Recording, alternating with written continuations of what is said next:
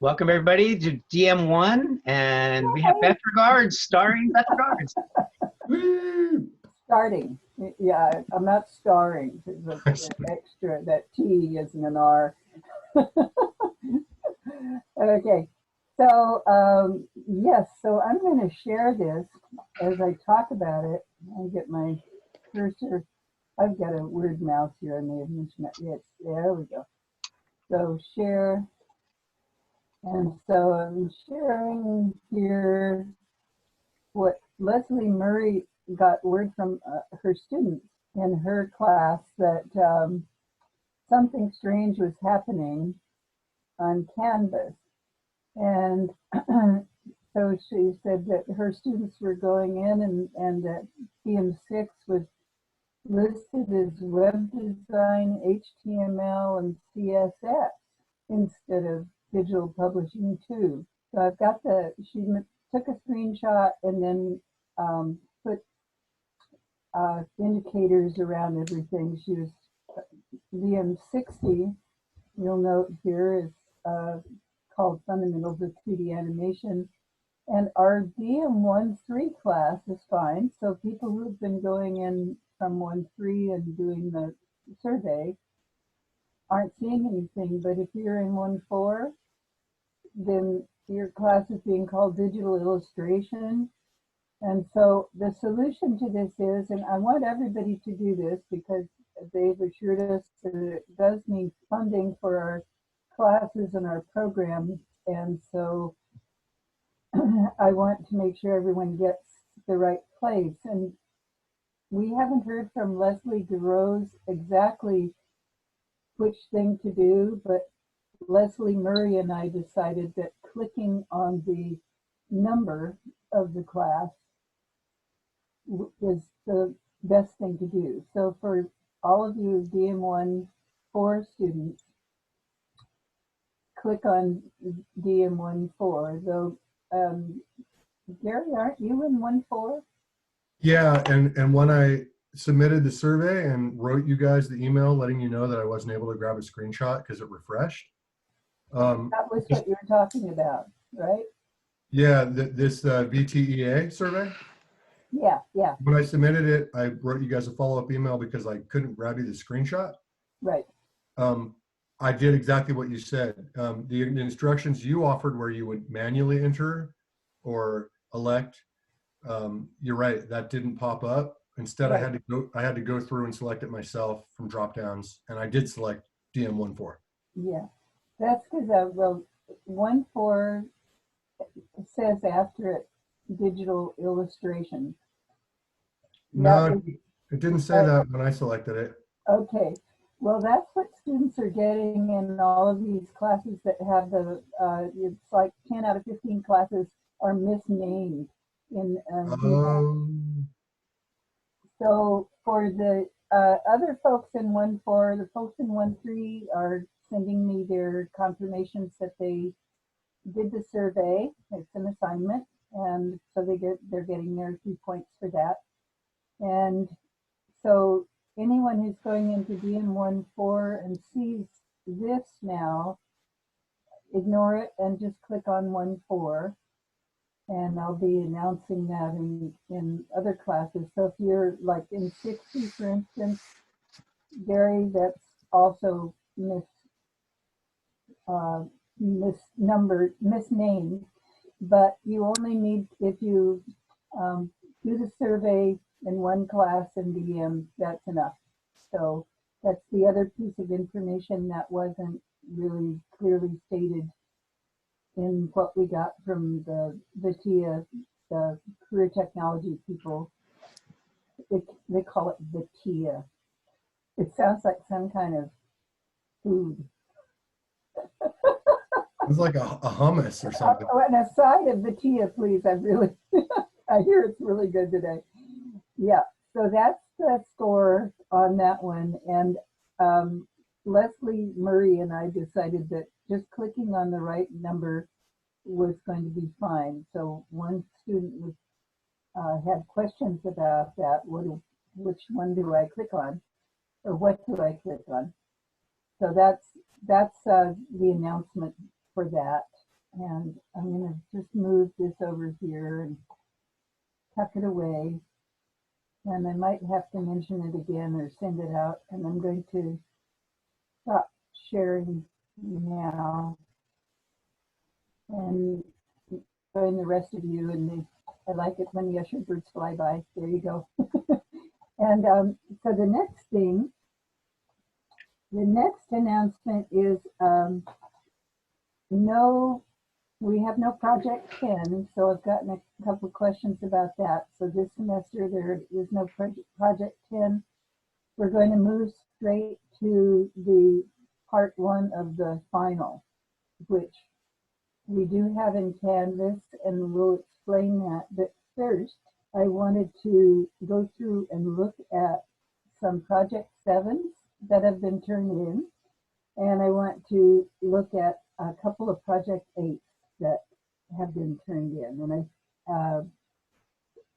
then we have, on my list, we have a question in here about the preset manager in Photoshop. So we talked about that last week, I think early on in the class. So we're going to revisit that and take a look at that. So first of all, I'm going to be sharing my screen again. There we go. So I'm going to share my screen, and I'm going to get our little window over here and go into DM1, where I've got all of these projects stored, and I'm going to go alphabetically. So let's see. Let's take a look at this one. Came out really beautifully. So one of the things about this project, so I love the way the letters float through this. Really nice job on this. And the way the type is set, wonderful. And what I am observing is that these letters need to go off the edge. So one of the requirements of this was to create a deliberate bleed. So when you see it in the trimmed version, those letters should be going off the edge. So that's the idea, is to learn about bleed and create a bleed in order to learn about that. So in looking at this, I thought, well, what would I do? What would I do with the letters, and what would I want to emphasize that, let's see if we can emphasize. And I decided that by not doing very much, her name could be emphasized. And so I went in and did a B side to this, and so that the name was emphasized and the letters flowed off. So let's just get this in here. Get mine next to it. So this is the trimmed one. So it's a little thing, but what it does is the C swoops down, and rather than crosses over the last name, it cradles it, sort of makes it kind of has a nice exit. So when you're bowing for your curtain call, there you are in the spotlight. So that's for that one. And I also might have looked at reducing the size of the type. And I've been announcing this in every class, that 12 over 14.4 is not a good combination. Just because it's the default in InDesign, it doesn't mean it's good. It's just there because they have to have a default. Now, John may know why it's 14.4 leading, but I can remember. I just know that nobody ever uses that in real life.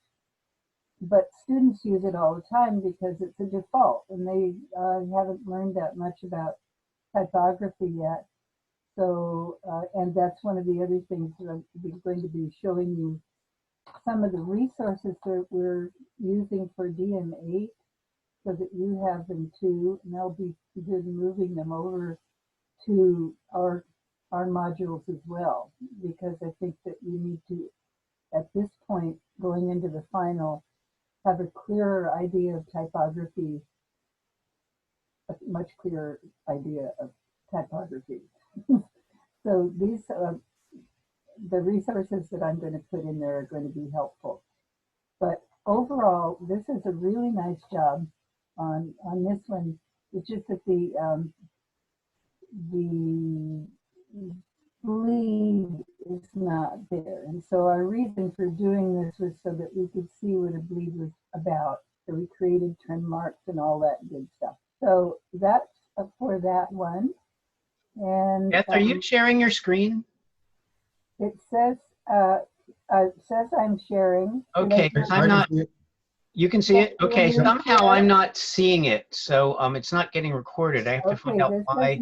It seemed to have gone away. Let me see if I can. Oh, that would have been good to, yeah. Can you stop sharing and start sharing again? Maybe it needs to be reset. Uh-oh. I stopped sharing. Okay, I've completely lost the window here. Okay. Well, there we go. Now it's back. Thank you. I don't know what happened. We're technical glitch. Now I see you. Now I see you again, and everybody, and this is all good. All right. Now I'm gonna start sharing, right? Yeah. I'm gonna start now. I'm gonna share. Yeah, it was sharing before, but then all of a sudden it stopped for some reason. I don't know why. Okay. There we go. Thanks. Okay. Well, I'm going on to the next one now. So I'm going on to this one that is also a nice job, but it doesn't, again, it doesn't have the bleed. The type is a little large. This looks like a 12-point type. So for this one, probably 9 or 10, maybe 11, depending on the typeface. So we haven't talked about X height, but X height is the height of an X in any typeface. And sometimes it's a very low X height, like Cochin, or it's a high X height, like the Times is pretty high, others are higher. And so that adds to, reduces the amount of space between the lines so that things look crowded vertically. And so you have to pay attention to that. This one is, this one is looking really good, except again, we don't have.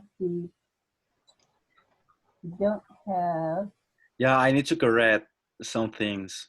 I think like 2 classes ago, you checked my project and you told me to fix some things. Yeah. So this, just as we're going through this, this is the one that I did to. Oh yeah. Okay. Yeah. So just showing the difference, since we're talking about. I mean, I may have gone a little bit too far with the leading and the, but I wanted to, again, like in, let's see, like in this one, I wanted your face or your name to be more prominent. And so this one, it's pretty much what you were doing. I imitated what you were doing. I just made it bigger. And then I wanted to do something with this eye here to make it stronger, stand out more. And so that was for that. So contrast, we're doing the CARP stuff. So that's for that one. And let's just go on to we have one here that is, let's see, So this one turned out fine. I don't know quite why I did that. Oh, well, the thing that you'd want to do for this one is to make sure that this type up here is speaking as though it's a heading. So, and it's good here with yours, Sergio, because this is the same thing going on here, besides for the spelling important, but that would be increasing, making the heading look like it's a heading, Yeah. and so it's stronger. So this would be the same thing. Now I don't know if I did. I don't think I did that here. I didn't get in here and do this one yet, but that was, I was going to do that and then ran out of time. But that would be the thing that should be happening here as well. That the heading needs to be contrasted more in weight or size or both. So that's how you increase the place that a heading gets. Okay, so let's go to, so this one is another really nice one, but it doesn't have a bleed. So you can't, there's no bleed to trim off. It looks really good, but it needs to have a bleed. And so let's see if I have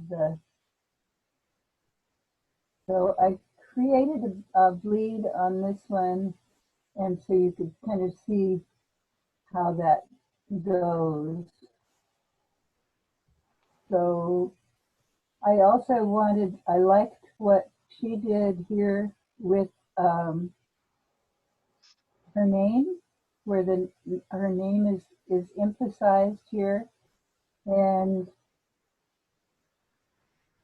that, so I did that too, and it pretty much, I did all of the same things except that I increased the size of the type and took it down a little further and up a little further. Oh, and I reduced the size of the type in there, looks like, yeah. So I reduced the size of the type, which gave this area down here no widow. So widows are single words that are tagging on a line. You want to get rid of those by either tightening up the text or reducing the size, and you can do all those kinds of things in InDesign. So I did that here so that there wouldn't be a widow there. Orphans, as you remember from your exam, are single words at the top of a column that are orphaned and alone. And so those are things that you really want to notice and type. And when we look at some of the resources, those will be emphasized again and again. And if I had 3 resources, it would be again, because it's a really basic thing. So yeah, that. And widow, that's I'm trying to remember what that is. It's That's right here on the screen, right there.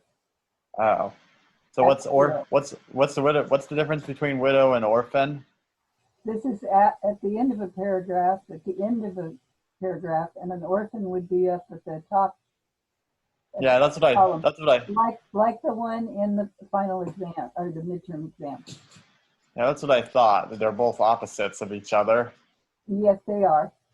Mm-hmm. So, but they have those terms that are lonely, and yeah. So it looks like I didn't do much to that one, but I did want the bleed to be there, and so that that's a requirement of this one. So let's go see what we've got in here. No, oh, this is the thumbnails of it. We don't have the whole thing yet. And I believe I didn't do anything to this one, but so this one came out really nicely. Very happy. Did we look at this last week?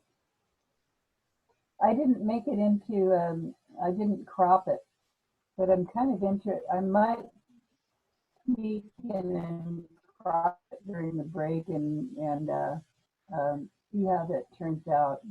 But I like, this one is so happy. It's like there's a kind of like streams of streamers are flying through the air, and with that kind of looking up slightly and smiling, it looks like a really happy sort of treatment.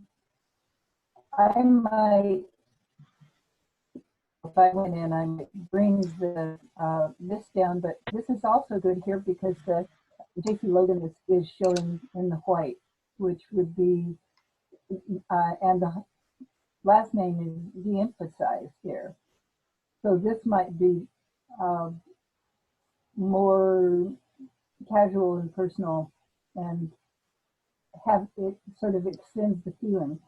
So type and typography and composition all have voices. They all speak. They're all saying things either loudly or softly, or pointing out things that are important or things that are diminishing things that are less important. So by CARP, you're creating a voice for type. So some of the things I might show one from another class to just show how you can have a certain kind of contrast, but if it's not enough, it's not saying what you want to say. That this is a heading, and this is less important subtext. So those are the things that you want to do when you're playing around with that contrast. So I'm going to go on to 8. We have a couple of things here in 8, and I'm just going to bring up a window here. This is all you need to do. Oh, first of all, I'm going to look at the in here and look at the storyboard.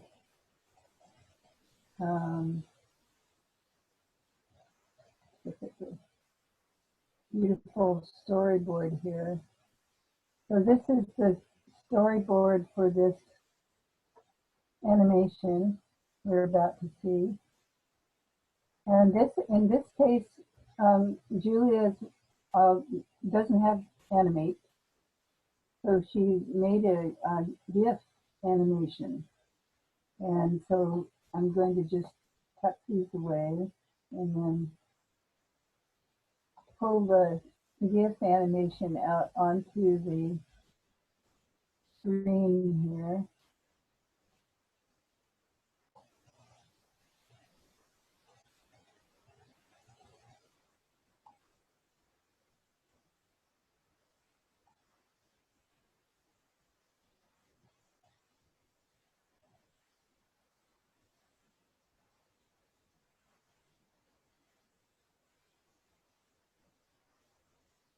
Pretty beautiful, huh? Yeah. And so this is done as a GIF animation, and I don't think I've seen a GIF animation that's quite this long and tells a story and has this pace. But she's made things slow enough so that you kind of get into, you make your own story. Each of us has a story about what's going on here. And then when the last scene happens, it sort of ties things in a very interesting way. So I thought that was an excellent, resourceful job of working around the application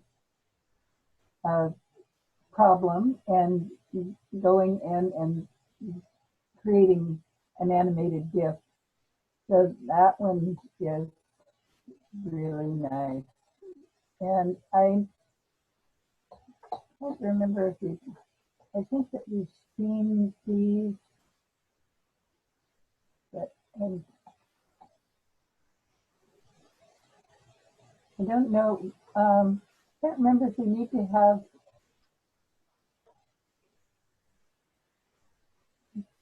Flash open for, or Animate open for looking at a SWF. John, do you remember? Yeah, Flash will open it. That's the only thing that really will. I've got Flash down here on the. Flash will open a SWF. That's well, actually, I think. Oh, here we go. Flash Yeah. Player. But yeah, it just did it. So this is a nice flower one, seed to flower piece. Yeah. Yeah. Nice. So I did keep a Flash. I have Flash on the dock down there. And I think we looked at all of the, let's see, Zach, did we see yours? Let's look at some of these in here.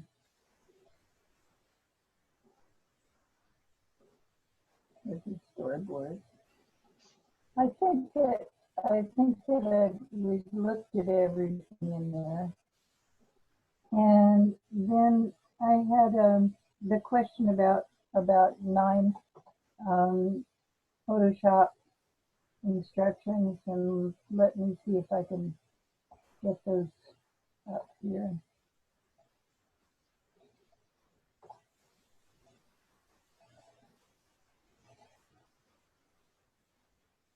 Yeah. Bye.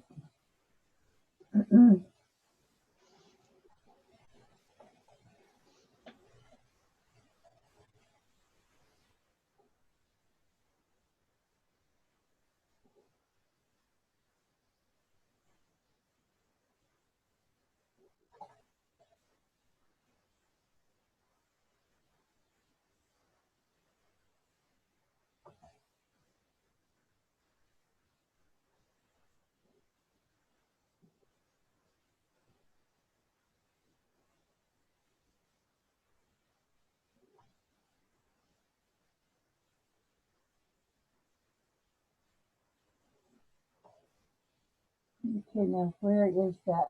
Where the preset manager was, that was up here. And this is the part that I was starting to revise. And Gary, you were helping out with that a little bit too, to get the instructions matching with the current version of Photoshop. So I didn't finish with that little side project. But do you remember where it is that you were saying clicking on the, I guess I should open up Photoshop really, for the preset manager. You found it someplace and I noted it down. Yeah, let me look again real quick. Yeah. So, well, hold that thought. I might go and grab that a little later. Just try to find where I was revising these instructions and I didn't quite finish. But I think I got through that part where I changed that wording there to say where it is. It's in another menu. But yeah, I'll look for that over the break. So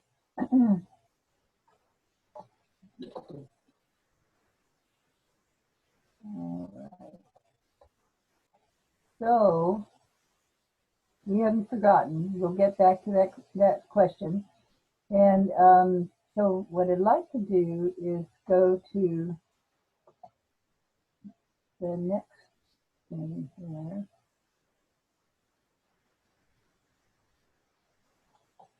Well, not that.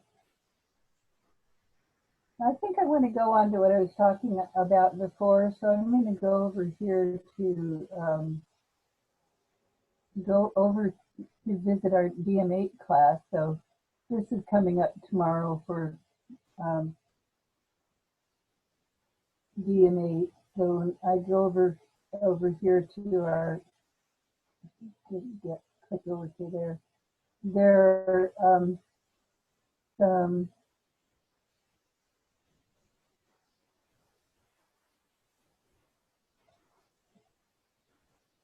references that I'm going to be bringing over to us while we're working on our final, because I think they relate to what we're trying to do in terms of typography. So in our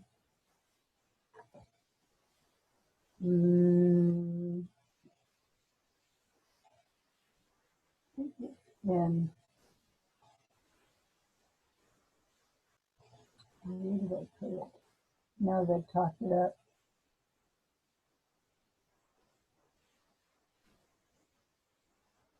Graphic guidelines, no, not there. Maybe it was, yeah. Maybe I haven't put it in there yet. Maybe it's in here.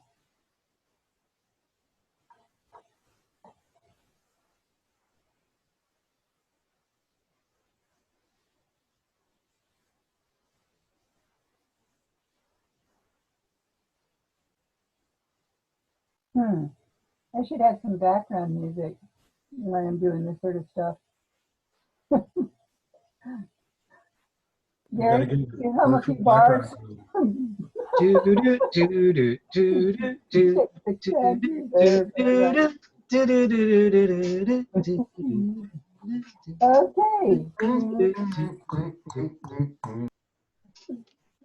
You've got two singers there. Any more singers in the choir? In the choir, in the class?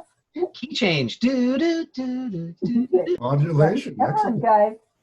Got a pair of tenors there. I can tell.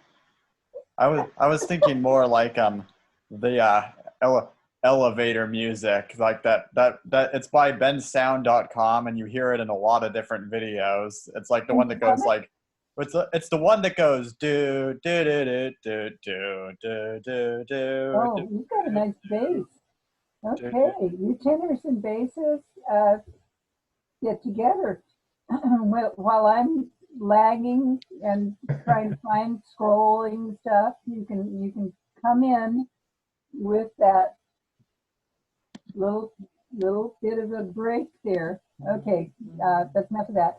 So I'm going to move these over to us because as well, so we all get to look at these. So this is Eileen Sprisver. Now, can you see my picture at all? You can only see what's on the screen, right? I'll show it later. Okay, so this is type rules. Right on, type rules. And this is a book that is very famous and is being used by people who are actually doing, there we go. I'm going to bring that in here so we don't have so much advertising. And I need to bring us down to yeah, that's over the side there. And so this is something that you're going to want to think about as you're designing your pages. You don't have that much going on, but in terms of type, but this is something that it's important to know about. So John knows a lot of these things because he's been a publisher for 20, 30 years, 35 years. Yeah, give or take. And I've been involved in it because I've been feeding stuff to publishers to print for that long or maybe a little longer. And so we have dealt with this legibility and readability for a long time. And it's an awareness that we're trying to convey to all of our classes, whether you're working in print or online, you're thinking about this. So we're looking at this online, and this is still about legibility when you're looking at stuff online. So X height is one of the first things that I was talking about earlier, even in this class today just now. X height is apparent here, so when you have tall X height, sometimes there's better legibility depending on what the typeface is. So these are both text blocks set in 18 points, but one is more legible because of the taller X height than the other, which has a short X height. So that's what's going on there. Character width. So narrow type is harder to read. You might be able to squeeze more type onto the page with the narrow type, but you might be sacrificing readability and legibility in this case for trying to get more type in by using a narrow typeface. So the compressed typeface on the left and the book version on the right are all part of the same typeface, but they're fonts within the typeface that are different weights and widths, but they're all still designed as Clearview font, typeface rather. And this has to do with weight. So type weight can make a big difference in terms of legibility. If we're talking about billboards or books, which is a topic that came up recently, books or billboards, what should be our final project in digital graphics?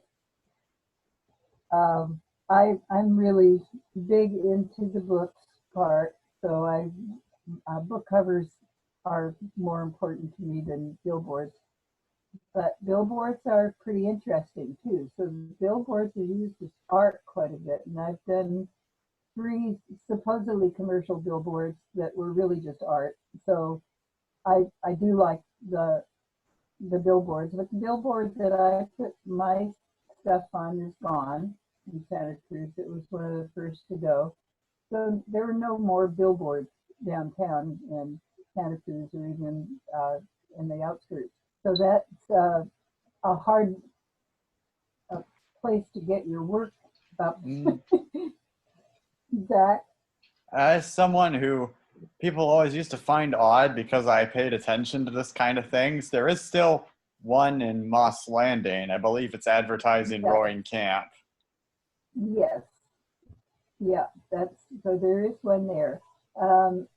Yeah, but in Santa Cruz County, there's only one. I think it's on 17. It's that one in Scotts Valley that used to be Ocean Chevrolet forever with the stupid whale. Yeah. I don't know what it is now, but I think that's the only billboard in Santa Cruz County. A welcome. It's a welcome to Santa Cruz. Yeah, because they're all illegal in Santa Cruz County. I don't know about Monterey County, but in Santa Cruz County, billboards are illegal. Yeah. Okay. Yeah. So that's something to consider. The design of billboards versus the design of a book cover. Personally, I'm interested in both billboards and book covers. But book covers, to me, they'll get a book cover. I just took off a book this morning that is so full of interesting design problems. I'll show it after the break. I'm making a note to myself now, and you guys don't let me forget it. It's book cover, right? Because we're going to. Gary has a question. Yeah. No, just a little conjecture to add. Yeah, billboards seems like they're moving digital. I mean, you go to big cities, Vegas, New York, and I've been through the States 30 times, so I've seen it.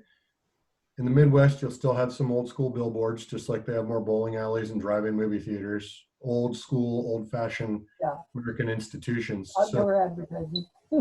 In my mind, designing a billboard is no different than an advertisement marquee on top of social media pages, whereas a book has staying power, at least for that audience currently. Everything's moving optically, but the art on top of a book, embossed on a book, is timeless. A billboard is a here today, gone tomorrow form of media, in my mind. Usually, yes, it's not something that you can go back in and pick up, and like the one that I'm going to show, realize it's still really important and relevant. It's a big, even if it's an art billboard, they're ephemeral. They don't last. They're huge, and they're not really a challenge in terms of typography for a student putting graphics together with type so much as a book cover is.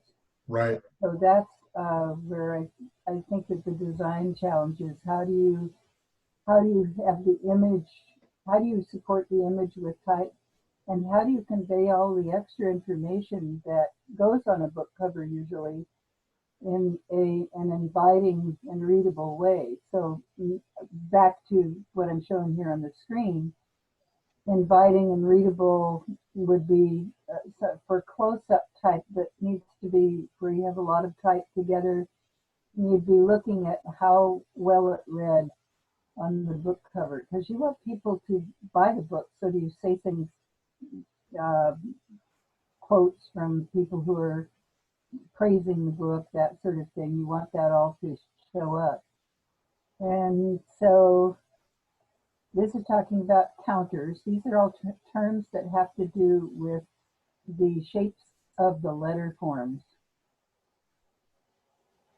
And serifs, or no serif, you're seeing an option black. I haven't used that, but that's pretty seriously bold. And then readability. So she goes on to talk about this type size and case, uppercase. If it's all uppercase, it's really hard to read, the same as if you're talking like this really loud and you're not really changing the tone of your voice. You're just kind of being annoying and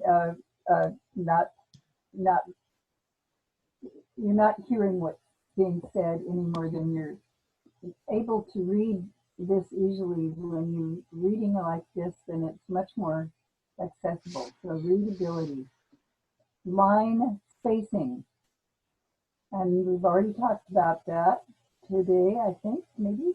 Line spacing is so important. So we would not use the default line spacing. We'd use a line spacing that goes with the typeface we're using and the message that we're sending, and thinking about how that's coming across when you put all of those pieces together. There are lots of variables involved in it, depending on whether it's in narrow columns or across the page, or a heading section that needs to stand out more than something else. So that, again, you're making the type speak by observing how it's being perceived and being aware of that. So line length, when you go too far in the line length, I have guidelines in my DM2 class for line length.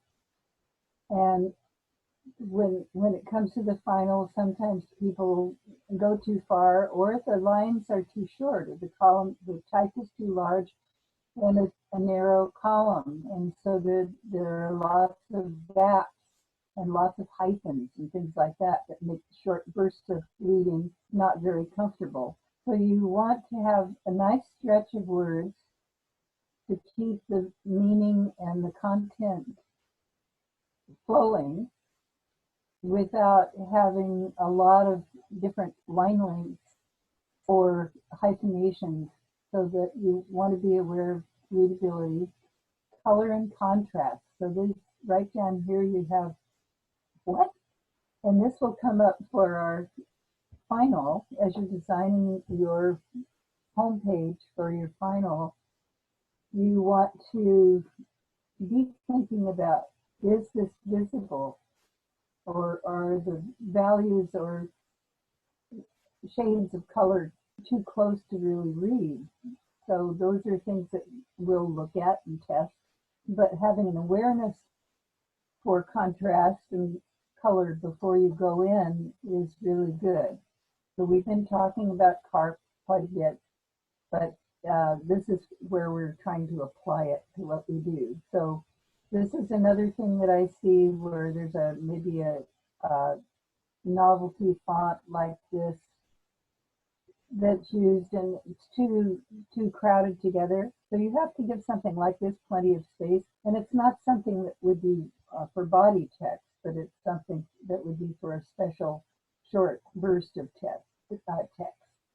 And this is Eileen, and if you ever get a chance to hear her talk, she's funny, salty, blunt, fascinating, descriptive, very, very interesting. She's got she got just enough attitude to really be engaging and not insulting, and so just kind of and funny. So Eileen is one of the authorities, one of the major authorities on type in our area. Oops, I didn't mean to leave. Let me get back here. This other one is really important, and he's new to me. So I just found out about him accidentally looking for something to do with type that really wasn't about online type, but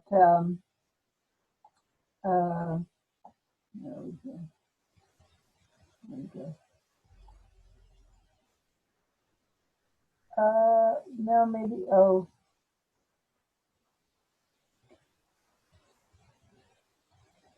So this guy has been instrumental in designing, doing major changes in the way people design digitally. The last article I read was from a few years ago on card design, card design for online design. So it was something that paid attention to phones and the different devices that we use. But you can see what's going on. What's the strongest thing going on right here on this page? Typo. I mean, in terms of CARP. Oh, okay. I see typo. CARP. Let's use the CARP. What you got going here for CARP?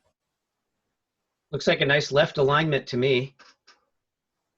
What's the first letter in CARP? Contrast. Stand for? Contrast. Yeah, he's got his white on his dark background, and then it's like a bomb of contrast. What are you guys talking about? It's not about the type. It's about blam. It's like coming at you. there's a little contrast. Yeah, the first one of the CARP is the C. So high contrast. It just hits you in the face. Then yes, typo pulls you in because it's another contrast, size and color and value and all of that. So yeah, so that my DM1 class did about as well on identifying the strongest. So yeah, so let's cruise down here, and we still got some contrast going on, but it's not like that. It's not like that. So this has a nice heading and talks about how typography can make or break a product. So a lot of times what we're doing type for is for a product. And I dismantled a tea package earlier today to show it off because of all the typography on it. I thought, wow, this is typography and construction. So all of these different little bits of construction for a tea package. So product design is just got typography every place, and it's not going away. It's going off the shelves. It's not, you can't see it very much anymore when you go to the store because it's getting taken away so fast. So a lot of that packaging design calls for really good typography. So getting typography right in digital design is another place where you would be looking at you've got this link to a famous site that's back in 2006. Web design is 95% typography. And so it doesn't stop with print, but it's gone on into web design. And so this is an article that's embedded within that other article that takes you through some history really fast and takes you back quite a ways to see that people were still starting to do typography there, you know. It's got a little bit of typography. So this is type that was sculpted out of metal, poured into forms and all that kind of thing. So we've got X height and we've got divisions here, and the leading was made with little strips of lead so that if you went to your drawer and pulled out the leading that you need.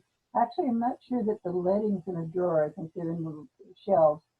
I'm having to remember my type case, how that, the uppercase is the little letters and the lowercase is on the bottom and the uppercase is on the top. That's where case comes from. But I can't remember where the leading sits. We'll have to. So this is this about being the web being 95% typography, and so that's something that is worth keeping in mind. And so getting typography right keeps the number of fonts used at a minimum. So sometimes people get infatuated with fonts and they just can't use enough different kinds of them for a while. They just have to get over it and get back to normal. Now, but I have all these fonts. Why can't I just use them all? There's so nice. Why can't I? Can I use like 20 fonts in a page? I think it'd be great. Yeah. Yeah, it looks so festive. So one thing here that I'm noticing that I would probably want is, I think that this goes with this less than this. And so I would want less space under here.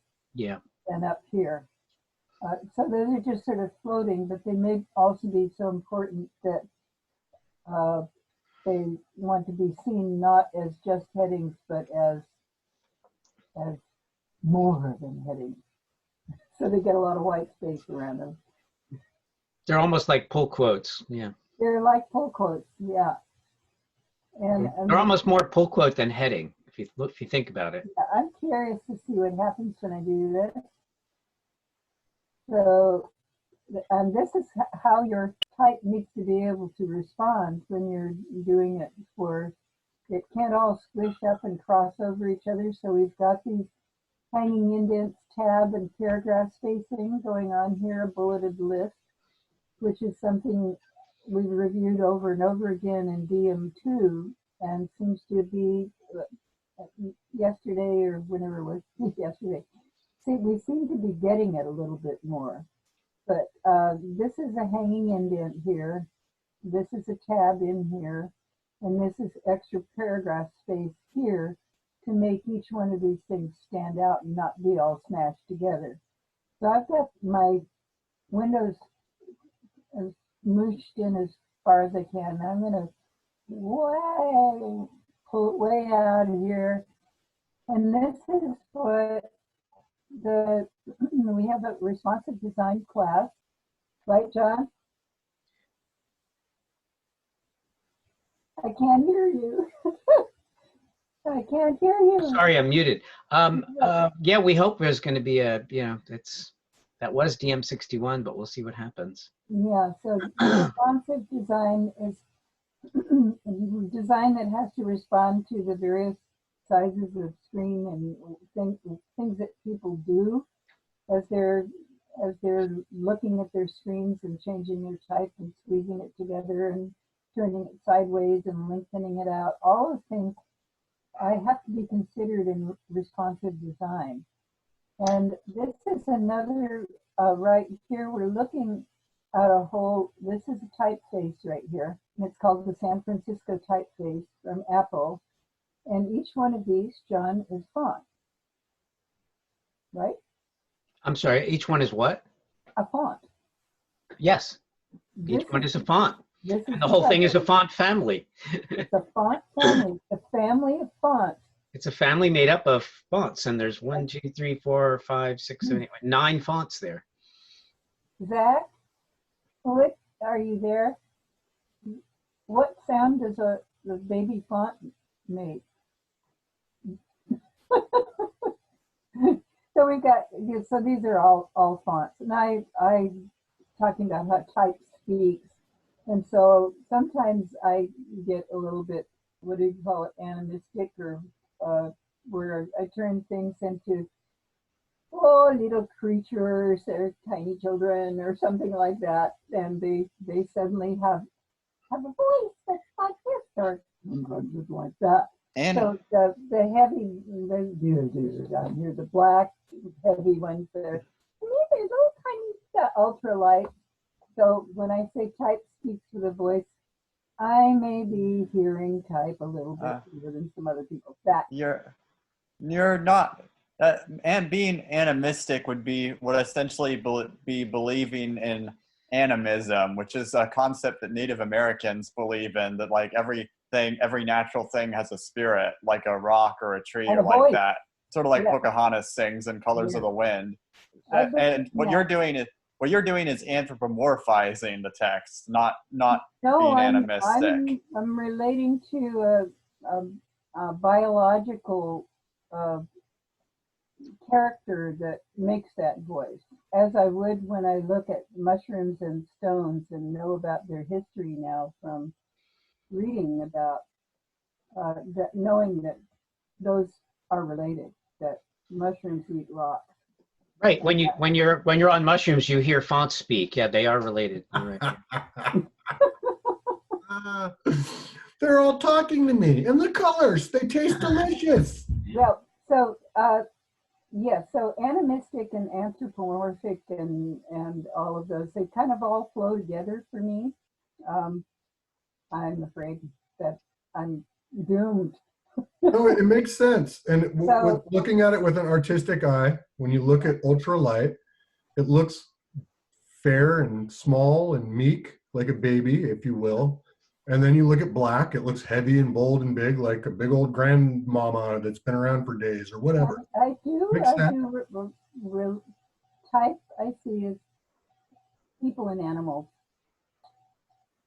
And so these days, some of the most advanced kinds of movements have to do with using plants for things that we used to use, or using stuff in nature that we used for other things, now for building and stuff like that. We're kind of recognizing that everything is everything, just like the native tribes did. It's all part of the same thing. In the book I'm reading now about the mushrooms, is also talking about the history, the actual natural science history of the interrelationship of rocks and plants, like really interrelated. Yeah. So that being said, and thank you, Zach, for that getting me started. We could get into a lot of trouble with that. But anyhow, so San Francisco typeface, and then the fonts involved so that it can speak in all of these different voices, the type. So loud and soft and authoritative. And he's using this is the widow right here. Whoops. Can't help it sometimes though, because you know when you push that in there, it's not a widow anymore. So in responsive design, you have to excuse widows because they can't help it sometimes. All right. And Beth, we're on getting close to or probably due for a break. oh, good. Look, So whenever a logical time would be to break. I think this feels logical. Okay, then perhaps we should take a 10-minute break. All righty then. Okay.